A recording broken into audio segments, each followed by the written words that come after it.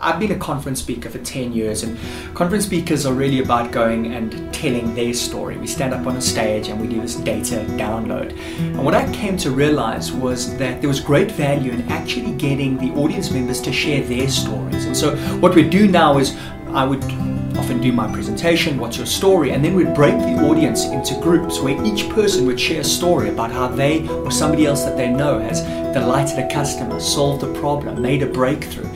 And it's a beautiful thing because you realize that there are these moments of magic that happen in companies every single day. And every time we've done this, whether it's been a big bank or a construction company or an engineering company, we find that people are in tears, they're laughing, and they're moved by one another's stories. But it's not just a let's hold hands and sing Kumbaya.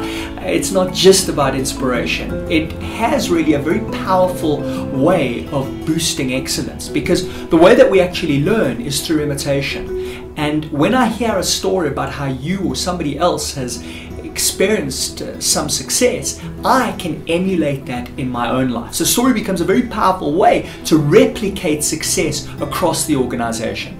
So in its oral form, just telling the story and listening to the story has an enormous impact. But what we found was that there were so many great stories that we could actually create organizational Bibles. We could put these stories together in books, and these books are really blueprints. They become blueprints for the way we do things around here. Some of the stories are categorized through the values, and we talk a lot about values in companies. But what are values? Values are what I call dead stories. We often don't know what they really mean in reality. When you tell a story of that value in action, then you can start to get a sense of what it really means. But the Organizational Bible is more than that. It provides some history, some milestones, and so it's used in induction programs and for training and development. It's really a great way to bring together the culture of that organization. Stories go to the heart of how humans learn. We copy. We learn by imitating other people's behavior. If you want to unleash people's potential, you could pair them up with your stars in our mentorship program. Many companies do this. But by collecting the stories of how the top performers do what they do, everyone can emulate them, simply by dipping into the pages of the book. What we've discovered is that it's not just the star performers who exemplify greatness. Just about every day in every company, there are ordinary people doing extraordinary things. A basic principle of learning is that what gets rewarded gets repeated.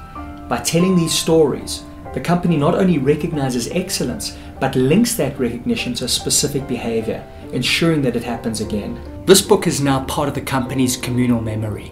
The success strategies of its people will live on long after they've left, keeping their legacy alive.